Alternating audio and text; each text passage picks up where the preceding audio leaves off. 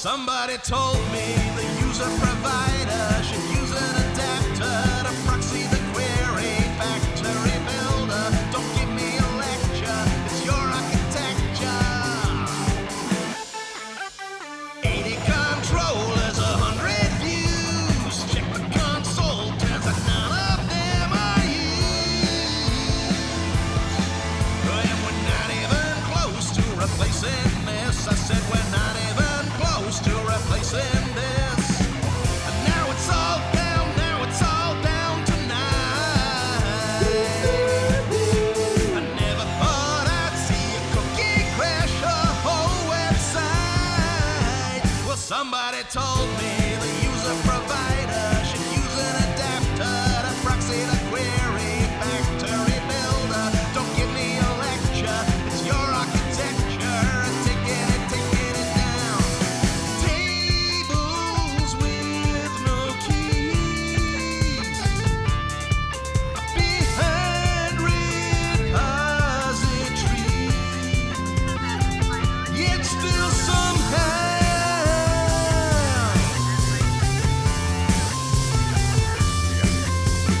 no one ever questions why. Well, somebody told me the user provider should use an adapter to proxy the query factory builder. Don't give me a lecture, it's your architecture and taking it down. Somebody told me the user provider should use an adapter to proxy the query factory builder. Don't give me a lecture, it's your architecture and taking it. Somebody told me the user provider should use an adapter to proxy the query factory builder. Don't give me a lecture, it's your architecture, taking it down. Good morning. How are you folks doing out there? So if you enjoyed that, my band, Linebreakers, who do that, we take classic songs and we fix the lyrics, because they're not about love anymore, they're about software development, which is far more exciting. We are playing a free Build Stuff after party show tonight at Alice Namai, which is just the other side of the river. And Rendell couldn't make it. Rendell is busy with work, so instead of Rendell, we are going to have 6 kegs of beer. So just, in case anybody gets to the end of the day and they're feeling like a little thirsty and they want to come and sing and dance and have fun. So that's tonight. It would be awesome to see you folks there. But right now, we're going to talk about algorithms, because algorithms are cool. And algorithms are scary. And algorithms are one of those things that, depending how you found your way into the wonderful world of technology, they will either be something that you're like, yeah, no big deal, I use algorithms every day. Or, like a lot of folks, they'll be something you had to learn in college to pass exams, and then you've never really thought about them ever since. Or maybe you're one of those people who, is anyone out there doing Advent of Code right now? Because I'm going to start doing Advent of Code when I get back. Because this year, Advent of Code is a little short. But Advent of Code is this, every year there's this series of programming puzzles. And the idea is that they have this cute little story about Santa Claus and Santa's elves and reindeer and all this kind of stuff. And there's a puzzle every day in December. And I know so many people who the first day they're like, yeah, I'm going to do Advent of Code. And the second day and the third day and the fourth day. And then like day 5, it's quite hard, because you have to solve like a complicated maze problem with, the dead ends. And so they're like, oh, and you ask someone for help, like you ask one of your friends, or you go on like a Discord chat or something, and somebody says, oh, it's easy. You just use Dijkstra's algorithm. And so you go and you type Dijkstra's algorithm, and you get this. And you're like, oh, Dijkstra's algorithm is an algorithm for finding... And you're like, I don't get this. I don't understand this. What is this? Where does this come from? How do I apply any of this? Now, the biggest problem, I think, with pages like this, obviously Wikipedia has to have a page about Dijkstra's algorithm because it's important.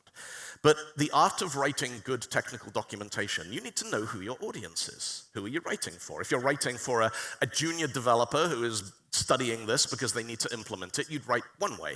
If you are writing course notes for a student who is revising for an exam, you'd write a different way. If you're writing an implementation yourself. And Wikipedia doesn't know, because the audience could be anybody. And so this is very dense, very mathematical, very technical. And the problem with algorithms is when you look at it like this, I think for a lot of people, particularly people who don't have a background in mathematics or in formal computer science, this is quite scary because you're like, what is a node? What is a weighted graph? I don't have a weighted graph. I've got a little maze with elves in it that I need to figure out. And underneath every algorithm, so one way of describing an algorithm would be like, okay, well, let's just tell people what it does. So let's start with 1, and then you count up to the limit, and you add the square of the number to the sum as you go. You're like, all right, I think I get that. Or maybe you can do it in pseudocode, like some kind of language that looks like programming, but it isn't really programming. Or maybe you do it in real code. You do it in JavaScript, which is great if you can read JavaScript or C# or Java or whatever language you choose. Or maybe you do it in maths, which, if you can read maths, is like, oh yeah, I know what that says. Who can read that? Show of hands. Who can't read that? Yeah. It's about 50-50, because some of us learned to read this stuff and some of us didn't. And if you didn't, it's like, I don't understand. Why is the Greek so big? But fundamentally, these are all different ways of explaining the same underlying process. And when it clicks, you'll go, oh, well, obviously I get it now. And then once you understand it, you go back to the other representations, and you're like, well, that's not how I'd describe it, and that's not how I'd do the pseudocode, and, well, I wouldn't do it in JavaScript, and I still don't understand the maths one. And this is, I think, why algorithms are so complex, or so, potentially scary to people who aren't familiar with them, is because you have to get over that hump to get to the point where the light bulb comes on, and you're like, oh, I get it. Now, I know the talk is called Algorithms Demystified, but honestly, the best way I've ever found to think about algorithms is actually to make them more mysterious. Because any of you folks who's played Dungeons & Dragons or tabletop role-playing or familiar with the whole fantasy canon, an algorithm is a spell.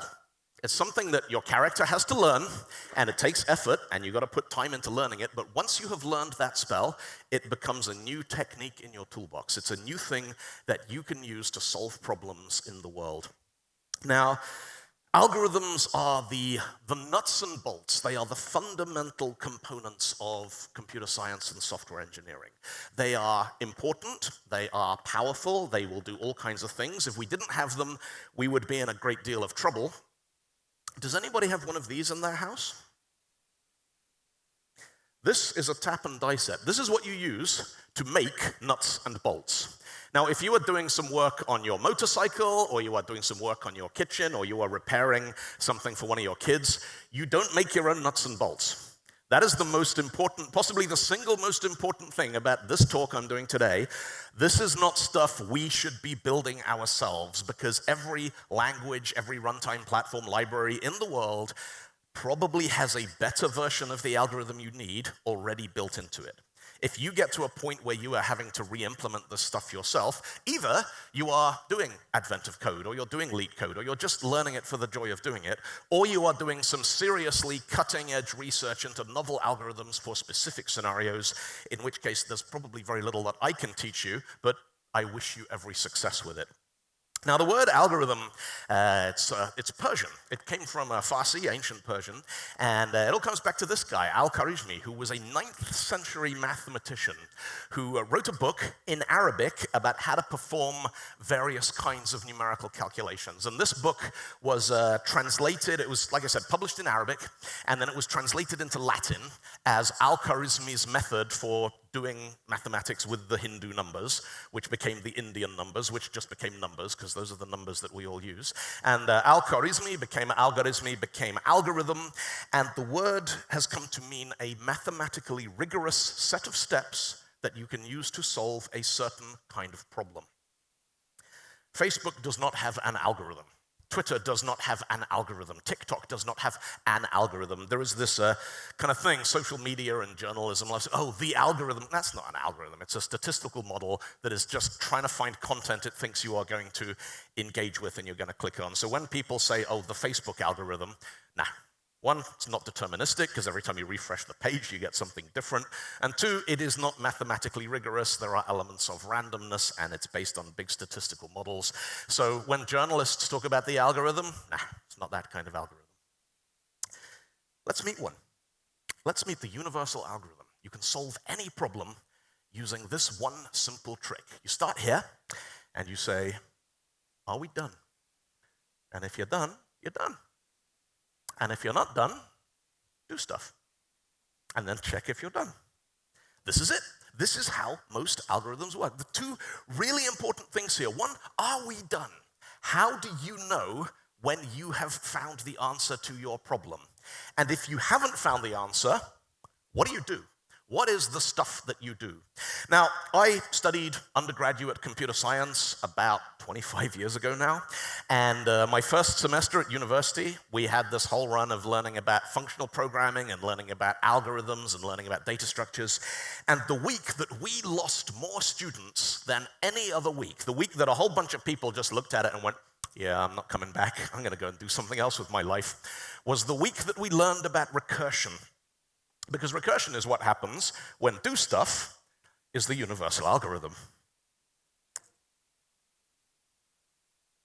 Because sometimes the way some of the most powerful and elegant algorithms are constructed is that you check if you're done, and if you're not, then you apply a smaller copy. You reduce your data set. Sometimes you'll take a big problem. You'll be like, is it solved? No, all right, let's break it in half. 2 halves. Is it solved? No, right. Break it in half. Is it solved? No, right. Break it in half. Well, now we've only got one element. So that's easy. So that's solved, and then you build them up and you put them back together. Or you have algorithms where you take one data set off and then solve for the rest, and you take one and you solve for the rest, and you keep going. Now, one of my favorite recursive algorithms is nothing to do with code. It's how to build a tower. So if you want to build a tower, and I've told you how high the tower has to be. The tower has to be h blocks high. So if h is 0, if you need to build a 0-block tower, you're done. Build me a tower, 0 blocks high. Well done, everybody. Awesome, great job.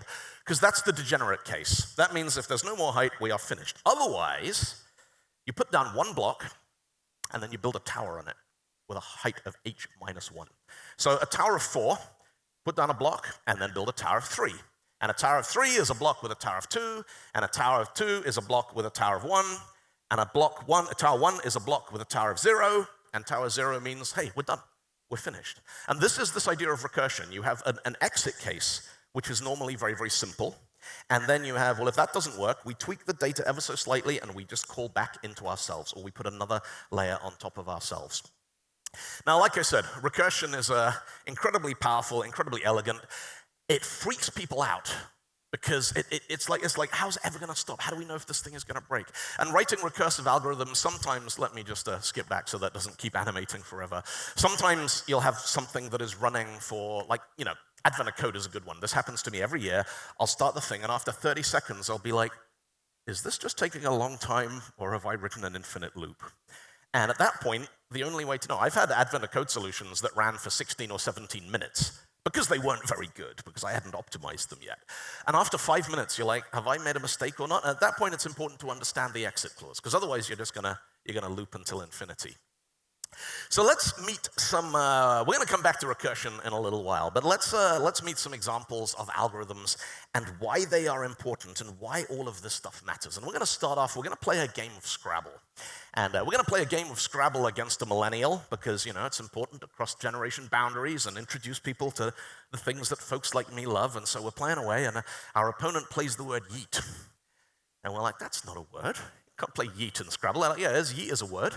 I'm like, yeet is not a word. And they're like, yeah, it's like when you yeet your bruv no capras, it's a hi-yo skibbity. And you're like, no, none of the things you just said are words. And they're like, no, check the dictionary. Now, we have a Scrabble dictionary, but it's a Scrabble dictionary that we downloaded from Pirate Bay. So it only has 4-letter words, and they are not in any order. Is yeet in our Scrabble dictionary?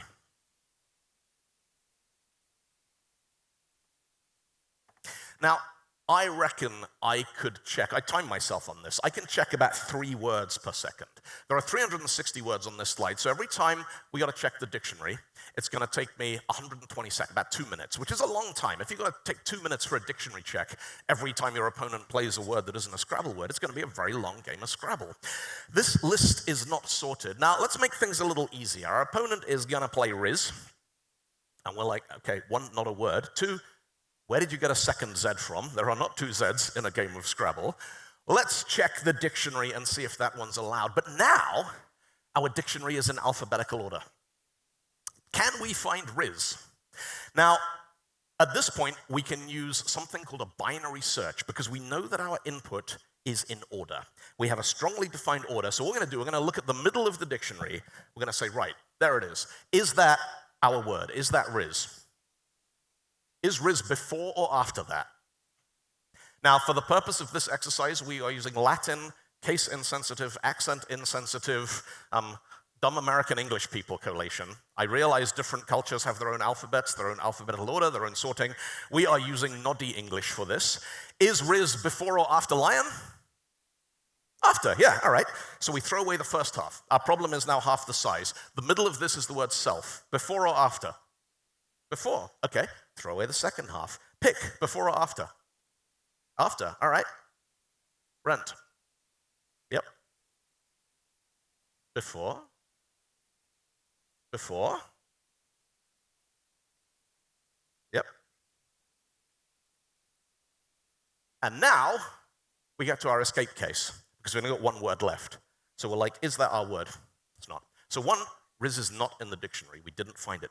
Two, if we want to insert Riz into the dictionary, we know it goes after that one, because we found the right place to insert it and determined that it does not exist. Now, I sort of magically said, oh, look, we've got a dictionary which is in alphabetical order. And everyone went, yeah, that makes sense, because dictionaries are in alphabetical order. But actually putting the dictionary in alphabetical order, it's kind of a big deal. That's important. Being able to take arbitrary data that we have gathered from the web or we found online or we've gathered from sensors or business transactions or whatever and put it in some kind of order that we can index it and we can search it. This is an incredibly powerful technique for us being able to take control of large data sets and use them to solve problems. It's being able to take chaos and turn it into something where you can rapidly find the thing that you need, the tool that you want, or the piece of data that you need to solve the problem that you have right now. And as I said a moment ago, the most important thing with any kind of sorting and searching algorithm is you need alphabetical order. You need a strongly defined set of rules that says these words go before those words and these words are equal. It doesn't matter what that is. Could be based on your alphabet, your culture, language, collation, whatever you got. The important thing is it has to be consistent. You have to use the same alphabet to do your sorting that you are going to do to do your searching and to do your comparisons. Are these two pieces of data equal? And if they are not equal, which one comes first? The second thing that you need to think about when it comes to sorting algorithms is what is called space complexity. Now, if you have bookshelves in your house, which have a lot of books on them, and you've ever tried to reorganize your books, the easiest way to reorganize your books is you buy the house next door, and then you take a book off the shelf, you carry it next door, and you put it in the right place on the new shelf, and then you go back and you take a book. Now, this is easy because at any point, the data over there is in one order, the data here is in a second order. The problem is space complexity. You need to buy another house. Most of us do not have the ability to just buy another house, so when we want to reorganize our bookshelves, either you have to take a book off the shelf, and then you find the space where it goes, and you have to shuffle everything and kind of put it in. This is sorting in place. It doesn't require any extra storage, well, other than your hand, so you can hold one book, but it is very, very slow because you are constantly having to reorganize everything. The other way of doing it is you take all the books off the shelf and you pile them up on the stairs and on the cat and in the kitchen and everywhere, so the shelves are empty. And you're like, right, let's start putting them back. And then what happens is you get a message, hey, do you want to come for a drink? And you're like, oh yeah, I'll do this tomorrow. And then 6 weeks later, there are still piles of books all over your house. Space complexity is where are you going to put all this stuff while you are in the process of sorting it? Now, we're going to look at some examples of some sorting algorithms now. The first one we're going to look at now, these visualizations, there's a lovely open source project on GitHub, which I can't tell you who did it because the little PowerPoint thing there is over the bit of the slide which has the person's name on it. Let me fix that. I'll share the link to this in the Pine chat after the event.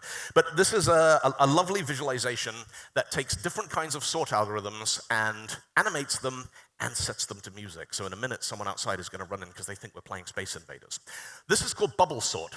Now, what I want you to do is watch the way the algorithm puts these things in order. We've lost sound. Can we have our sound back, please? Thank you.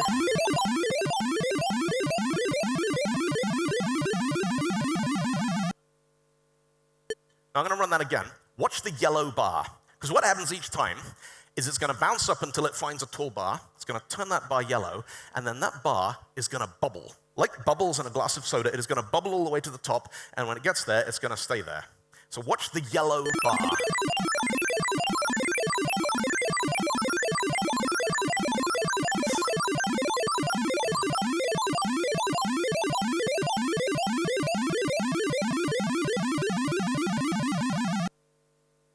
Now, bubble sort is real easy to implement, because all you do is you look at two elements, and you're like, well, if this one's bigger, move it to the top, and if not, look at that one. Swap that one, swap that one, swap that one. It is not very fast. It sorts in place, so it doesn't require a lot of extra storage capacity, extra memory and stuff. It is one of the first ones that you'll learn if you do undergraduate computer science. It looks and sounds like that. It's not terribly useful in practice. We're going to look at some others, but before we do that, we're going to learn about one of those computer science things that also freaks people out who found their way into software engineering through art or design or video or philosophy. The big O notation. Now, you can tell that the O is a big O because we have a banana for scale, and the O is like way big. Big O is how expensive is this algorithm? So we'll take a look at a couple of examples here. So first of all, what I want you to do, I'm going to show you a list of words, and I want you, as soon as you've seen it, I want you to shout out the first word in the list. You ready? Go. Yeah, excellent, right. Do it again. Ready? One more? Yeah, easy. This is what is called big O of 1, or order 1, constant time. It doesn't matter how big the list is, because we can always find the beginning. Because in computer science, that's how we know where the list is because we know the address of the beginning. So we can always easily find the first element in a list, just by again, it's that one, that one, that one, that one. Doesn't matter how big the data set gets. It is a constant operation. All right, I'm going to show you a list, and I want you to tell me, does this list contain the word drip? No.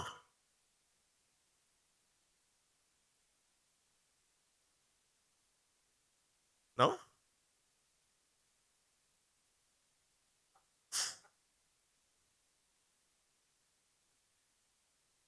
Now what we've got here, no it doesn't. This is called order n. This is called linear time. If the data set gets twice as big, the algorithm takes twice as long. If the data set is 10 times as big, the algorithm takes 10 times as long. It scales linearly with the linear scale of the data set. Now, let's do one more. I want you to tell me, does the list contain any duplicate entries? You ready?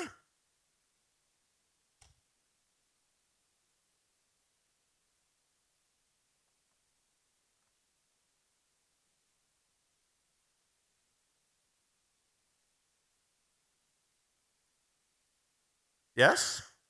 Yes, it does. But that took a while, didn't it? Because you're having to go, okay, right. Duplicates? No. Confidence interval? Probably no, we don't know for sure. Because what we've got to do here, this is an unordered data set. And so the only way that we've got to detect duplicates is, okay, let's look at byte. Right, now we scan the entire rest of the list, which is a linear operation, because we've already seen that one. Is any of these, is that one? No. Okay, now we look at horn. Are there any duplicates of the word horn in here? We look through the whole thing. No, okay, cross horn off the list. We look at that. Look at the entire rest of the list, scan all the way down. Now, 360 elements in this data set means that the word byte, we've got to do 359 comparisons. The word horn, we've got to do 358. Flag, 356. Paw, all the way down, 358 plus 358 plus 357 plus 356. If you've worked with maths or you've done number theory, you'll probably recognize this sequence. This is what mathematicians call the triangular numbers, because if you draw it as dots, it makes a triangle. And there's quite a neat little mathematical property we can use here, because if you duplicate the triangle and you spin it around, it makes a rectangle. And the size of the rectangle is always going to be however many elements we have in our data set. It's going to be that high, and it's going to be that plus 1 across, which means the total number of blue dots on this diagram, regardless of the size of the data set, is going to be this. It's going to be n times n plus 1, so height times the width, and then divide by 2 to get rid of all the yellow ones. This gives us the number of operations that we need to do to detect whether there are any duplicates in an unsorted list. Now, the thing about the big O notation, this is why it is big O and it's not just mathematics, is as the data set gets bigger, most of these things become insignificant.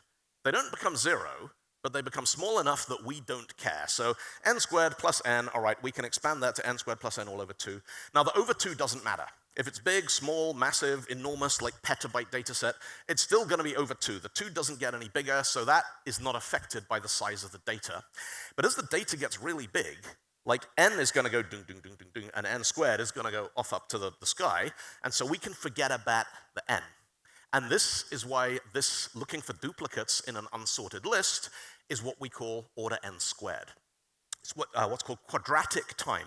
Now, order n squared is a big deal. Let's imagine you have a database of customers, and you've got, people, they go to a conference like this, they got a laptop, they gather a bunch of leads, they come back, they add the leads to the data set, and then you want to deduplicate that data set to see if you've accidentally got the same customer in there twice. If you can do it in quadratic time, it does this.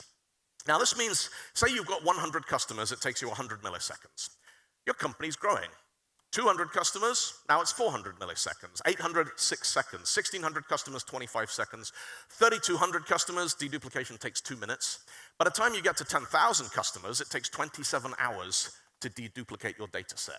This gets very, very big very, very quickly. But if we can sort our data, if we can have the data in order, then it becomes a linear operation. Because at this point, we don't need to scan all of them against all of the others. We can just be like, well, fine, it's sorted. Just look through, and if there's duplicates, they'll be next to each other in the list, and we can pull one of them out. Now, there are a bunch of techniques that can be applied to sorting sets of data. One of them is something called a merge sort. And merge sort exploits the fact that what we've done here, we've got a deck of cards that's been split in half, and each half has been sorted locally.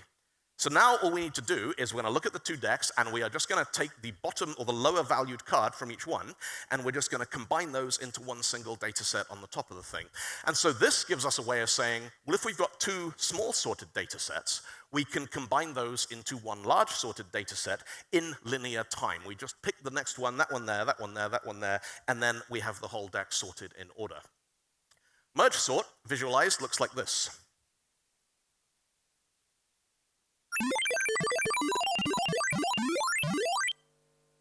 Now let's take a look at a couple of others. There's one called the insertion sort. Insertion sort is interesting because once your data is sorted, if you are receiving fresh data, fresh items that need to be added to it, insertion sort keeps that very, very performant. It keeps it linear. So insertion sort animated looks like this.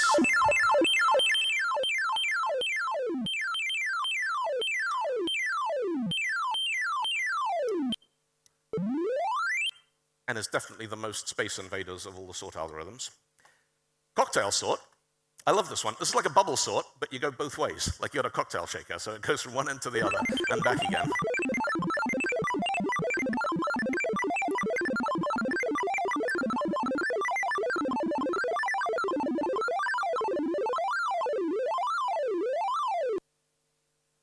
And then there are 2 very famous sort algorithms that are named after people.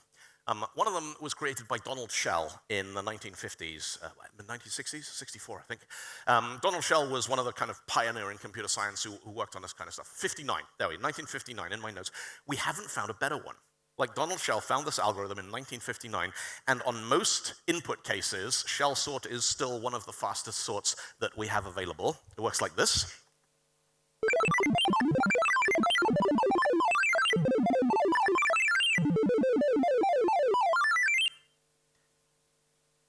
And then there's Tim sort, was created by a man called Tim. Tim Peters was one of the Python languages and algorithms team. And about 2002, they're like, Python needs a sorting algorithm. And Tim went, I've got one. And this is Tim's algorithm.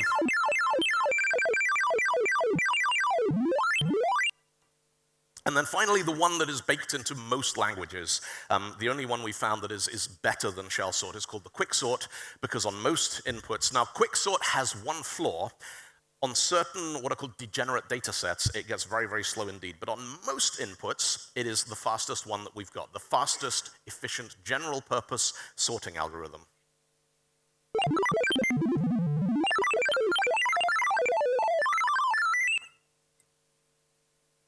Now, let's make them race.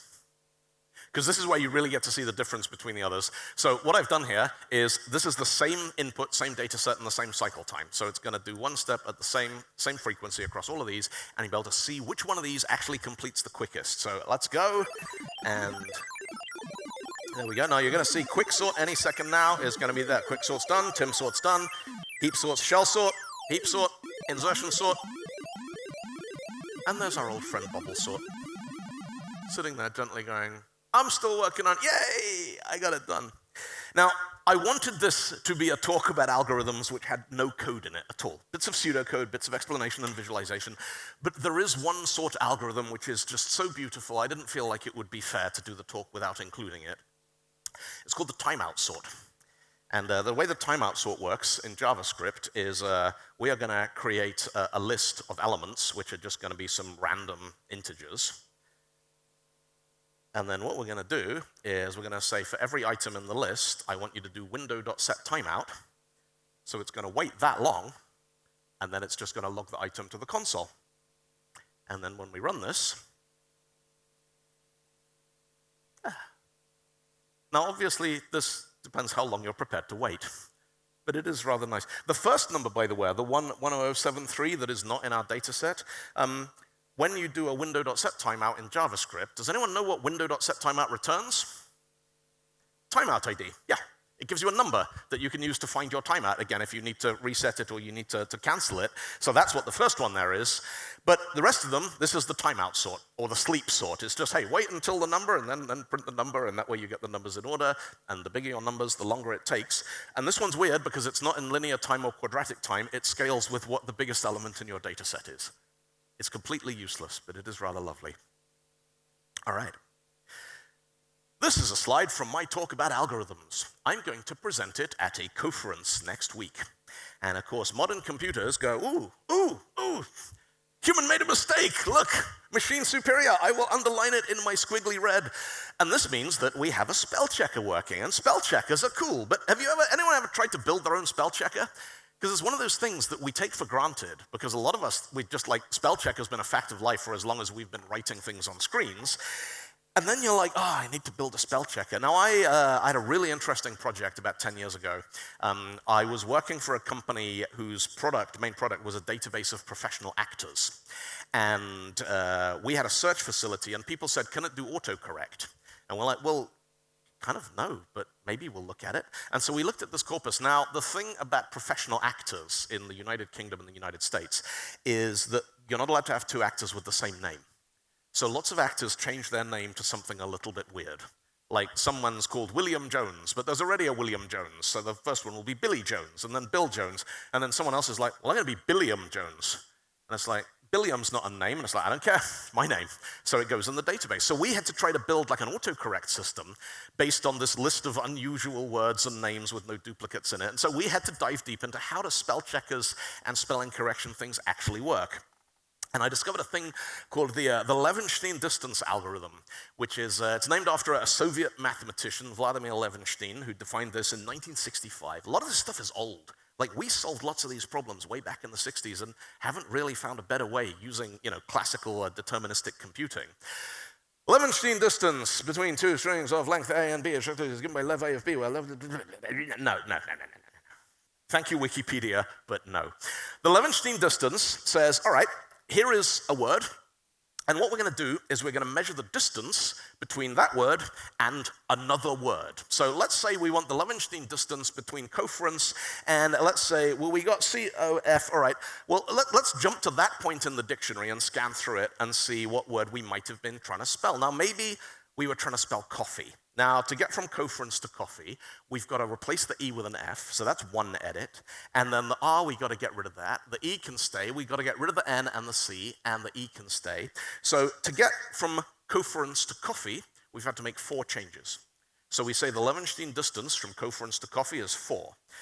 If we say, all right, well, maybe we were trying to say coherence. Coherence, that's only 1. We only need to make 1 change. So that's a much better candidate. It is more likely we were trying to type coherence and made a mistake. I was trying to type coherence. None of this is on you. Or maybe it's like, well, what about a C-O-N-F? So if we insert 1 letter, we get conference. And just to show you the degenerate case here, if we said, how do we get from coference to marmalade? Well, yeah, that's quite a long way off. And so the way that spell checkers work, if you go into Word or PowerPoint or whatever you're working with, and you're like, okay, I'm going to present it at a conference next week, and you right-click to look at the spell checker suggestions, those are being sorted by the Levenshtein distance. So what that's doing is it's running through the dictionary. Any word, there's normally a threshold. Like if the distance is more than 3, then we don't really know what word this is. If it's less than 3, put it in the bag, and then sort the bag by distance, because the top one is probably the word that we meant to type. So, we have learned about recursion, and we have learned about sorting, and we've learned about merge sorts, and big O notation, and order n squared, linear time, quadratic time, Levenshtein distances. This is all very, very thirsty work. It is time to go and have a drink. And in order to do that, we are going to go to the historic market town of Aylesford, which is a lovely little town somewhere in the Great Britain of my imagination, which has no roads in or out, and it has a pub on every street corner. And we have a problem, because we are in the Anchor at the northern end of town, and we have just got a text message saying, hey, we're in the Hatchet, come and join us and have a drink. And we're like, oh, all right, well, I guess we'd better figure out what's the shortest way to get from the Anchor to the Hatchet. And this is where our friend Dijkstra comes in, because we are going to implement Dijkstra's pub crawl algorithm, which is an example of Dijkstra applied to, now this is a weighted graph, because what we've got here is a graph in mathematics is a bunch of things, nodes, so the red things, the pubs are all nodes, and they are connected by vertices, by channels, connections. And each one of those has a weight. In this case, it is the walking time in minutes to walk along that road from this pub to that pub. And so the way the algorithm works, go to the Anchor. We always start at the Anchor. That is our origin point. Then we are going to find the nearest pub that still has beer. We are going to designate that P, call that P. Then we are going to go to every adjoining pub, and we're going to have a drink, and we're going to check how far it is. Then when we've done that, we're going to go back to P. Now, this is important. If we find a shortcut, but only if we find a shortcut, we are going to update our distance table. Then we're going to go back to P, and we're going to drink all the rest of their beer. And we're going to repeat this until there is no beer left in town. Please drink responsibly. So, this is our scorecard.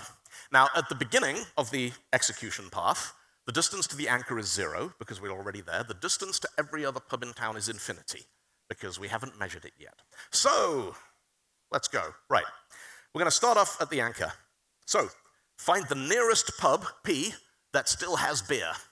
Which one's nearest? Well, we can look at our weighted graph. All right, the Crown. There we go. The distance from the Anchor. Well, at this point, the Anchor is the nearest pub that still has beer. It's not the Crown at all. The Anchor is still serving. So we're going to go to every adjoining pub and see how far it is. So we're going to the Beehive. That's 15. Have we found a shortcut? Yes, we have. 15 is less than infinity. So we update our distance table. The Beehive is 15 minutes if we go via the Anchor. We go back to the Anchor, go to the Crown. Have we found a shortcut? Yes. 8 is less than infinity.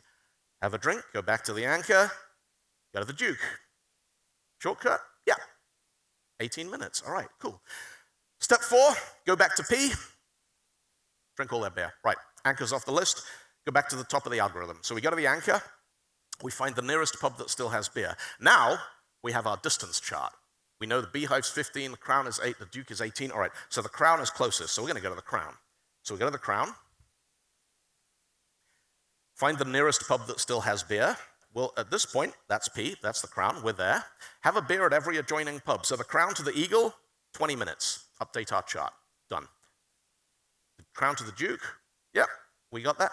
Now, at this point, we found a shortcut, because the Duke was 18 minutes, but now we've gone, hey, if we go from the Anchor to the Crown and then the Duke, it's only 15 minutes. So this is where Dijkstra's shortest path algorithm comes in, is we found a shorter path between 2 nodes on this graph to the one we previously had. All right, so there's that. Go back to the Crown, drink all their beer, repeat the algorithm. Go to the Anchor, find the nearest pub that still has beer. Well, the Crown is dry, so what do we got? We've got the Beehive or the Duke or the Eagle, and the Eagle's quite a long way, so Beehive or Duke, it doesn't matter, same distance. We pick one at random. We are going to go to the Beehive. We are going to designate that P. We're going to go to the griffin. We're going to have a drink. We're going to update our distance table. We're going to go to the eagle. We are going to update our distance table. Now, at this point, we found a longer distance. So we don't update it. We only update the distance if we found a shortcut. The distance we just found is actually longer than the one we had already, so we don't change anything. We go back to the beehive, drink all their beer. That node has now marked as visited. Let's repeat the algorithm. Where are we going next? We're going to go to the duke. We're going to mark that P. We're going to go to the fox. We're going to have a drink. We're going back to the duke. We're going to cross that one off. We're going to go back to the anchor. And we are just going to repeat this iterative process until we have eventually every node on our graph has been marked as visited, and we have marked off every time we have found a shortcut anywhere on this graph. We've updated our distance table. So the griffin is marked off, back to the anchor. Closest pub is now the inkwell. That's P, drink at the hatchet, back to the inkwell, drink all of their beer.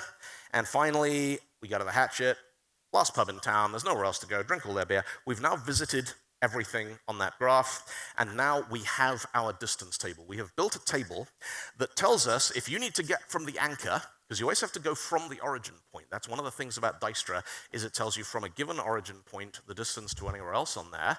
How do you now find the shortest distance? Well, the shortest distance to the hatchet is 45 minutes walk, but we got to go via the inkwell.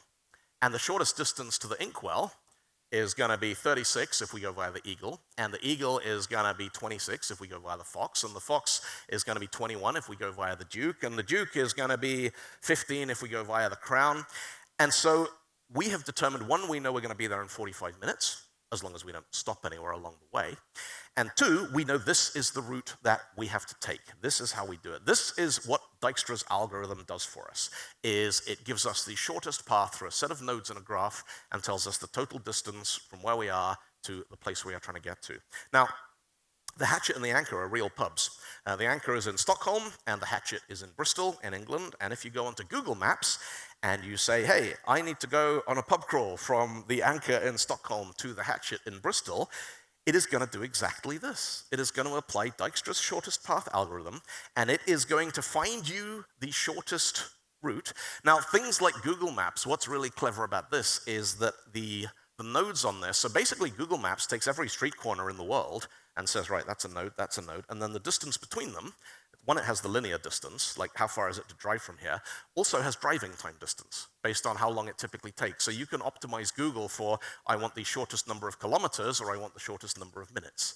And so you have different ways of filtering the shortest path. There are ways of saying, if there are roadworks or congestion on a route, what that does, it says, well, actually, let's say roadworks make something twice as long. So it amplifies the distance of that node on the graph, and so Dijkstra filters the thing out, and you still get your results out of it. Now, I started this talk by saying algorithms are the nuts and bolts of software engineering. You should know what they do. You should know where to find them. You should know when to pick them up. You probably shouldn't be building your own. You shouldn't be doing the stuff, implementing these in production at your job, because somebody else has already done it, and with all due respect to the people in the room, they probably did a better job than any of us did.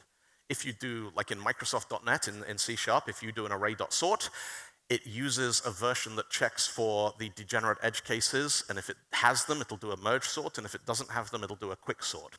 So it has the best of both worlds built into it, kind of optimizations that you would probably not come across for a long while if you were rolling this stuff yourself. But there is a lovely book called Zen and the Art of Motorcycle Maintenance. It was written by a guy called Robert Pirsig in the 1970s. And the thing I love about this book, when he wrote it, it's a story of Robert Pirsig and his son taking a road trip across the United States on motorcycles and talking about, the thought process he's going through along the way. And it has this lovely intro. It says, this book should not be treated as an authority on Zen Buddhism, and it's not much good about motorcycles either. And when it was written, it was kind of like semi-fictional, semi-autobiographical, and then a bunch of people looked at it and went, he's actually stumbled across some genuinely novel philosophy in this book that I don't think anyone else found. And so over the decades, it's moved from like the travel writing section to the philosophy section in bookstores, which I think is lovely. And there's a passage in this book that really hit me when I first read it. He's talking about doing some maintenance on a motorcycle. And it's one of those things where if you've ever worked on, engines or bikes or cars or any of that kind of thing, you could probably relate to the experience. You're like, I need to change the oil, which just means I need to take this cap off, which means I need to undo that screw. And you get to undo the screw, and the screw doesn't work. And Persig says, normally screws are so cheap and small and simple, you think of them as unimportant. But now you realize that this one individual particular screw is neither cheap nor small nor unimportant. Right now, this screw is worth exactly the selling price of the whole motorcycle, because the motorcycle is valueless until you get the screw out. With this reevaluation of the screw comes a willingness to expand your knowledge of it. And I have had a handful of bugs in my career where the website became unresponsive because sort didn't work.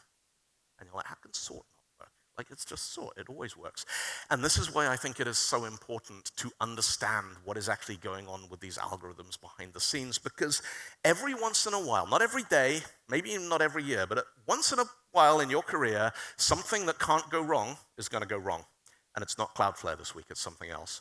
And you're going to dig into it, and that's the point where this, willingness to reevaluate your knowledge of something as simple as a sort algorithm or a distance algorithm becomes really important. Now, I just want to add one more thing before we wrap up, which is there's a lot of bullshit out there at the moment. This is a really kind of interesting time to be working in technology. We have always, as working technologists, you've been in the sales meeting with somebody who assures you that their product is going to solve your problem, and you're thinking, I don't think this product is going to solve our problem. And it is really, really important to be open to new ideas and new perspectives and new suggestions. And we've entered this golden age now where we have machines built into our IDEs that sometimes give us the right answer and sometimes just make shit up, which isn't going to work. And I want to impress on all of you, this is I think, perhaps a really important opinion. Trust your gut. If somebody is showing you something or an LLM is telling you something and you're like, I don't think that's going to work. If it's something that you can try out for yourself, all the algorithms in this talk, you can take them home, you can run them. They'll work. I'll know they work. Lots of people know they work. If they don't work, you probably made a bug, because that's why we do Advent of Code. There's a lot of stuff out there, solutions coming from machine learning. Take the time to check the things and validate and verify that stuff for yourself. It has never been more important, I think, to the craft of software engineering to look at the suggestions and the advice and the recommendations that are being offered to us and, keep an open mind to them, but make sure they work before you deploy them to production. Now, your mission, should you choose to accept it, one, join my mailing list. I used to have a slide at the end, hey, follow me on Twitter, follow me on LinkedIn. Social media is just a massive tire fire at the moment. I've gone back to email. I have a little mailing list. I just send email every couple of weeks. I'm going to go here, I'm going to do this. I made a thing, it's on YouTube. I'm not going to sell your data. I'm not even organized enough to do that. But if you want to keep up with what I'm doing and where I'm going and the hobbies and the music and the tech and the code and the workshops, that is the best way to do it. 2, come to our gig, Alison and I, tonight, 7 o'clock. It's going to be awesome. And build stuff. Build it well. The hallmark of an engineer is that they are prepared to turn around and go, I built this, it is mine. If it goes wrong, that is on me. And you know what? I did a good job, and I am proud of it. Get out there, do good stuff. Thank you.